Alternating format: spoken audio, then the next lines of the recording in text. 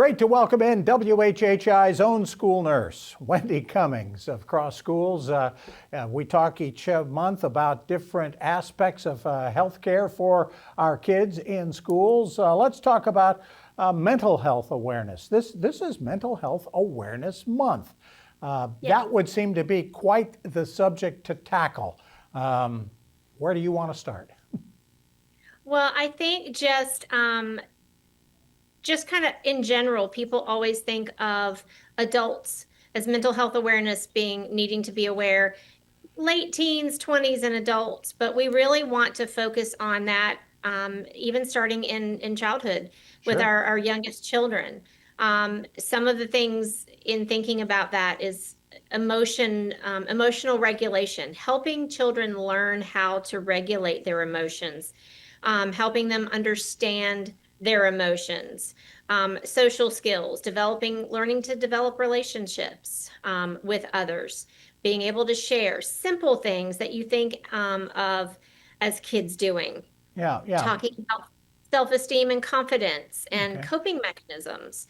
How to deal with a 2-year-old with a temper tantrum and how they cope with that. You can start as early as toddlers in helping them learn good mental health strategies. That's something that I think my generation, when we were growing up, were just kind of left to our own devices and we figured it out. But nowadays, with all of the different inputs that kids have, it's probably more important for parents to watch it a little closer than ever. I think so. I think so. And some easy things that parents can do. You don't have to get excited. You don't have to run to, buy all the self-help books and all of that. You can do simple things.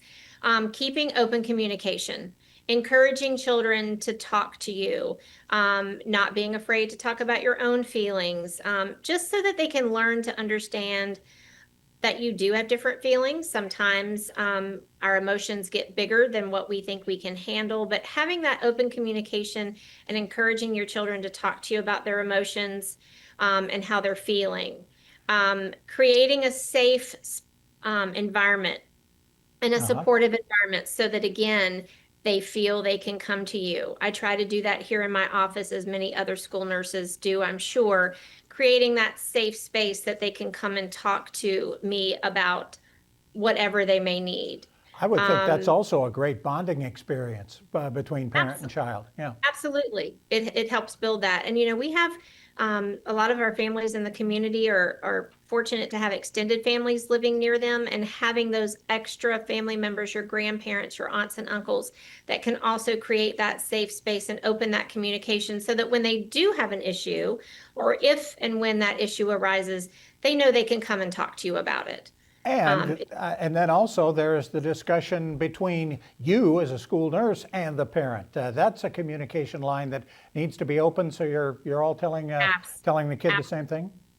Absolutely. It's important for parents to reach out and let us know, as the school nurse, what's going on with their child at home, maybe what's bothering them, whether it's illness in a physical sense or the mental health piece. And the same, we need to be able to reach out to parents and share with them what's going on.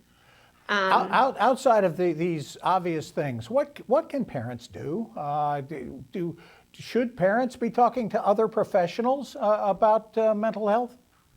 I think when things become either where you as a parent are uncomfortable or feeling that you're just not reaching that child, certainly if it's a crisis situation, if your child is having any signs or expressing any interest in harming themselves, or saying they're hearing something, or something, or someone's telling them things, they may want to seek the care of a professional.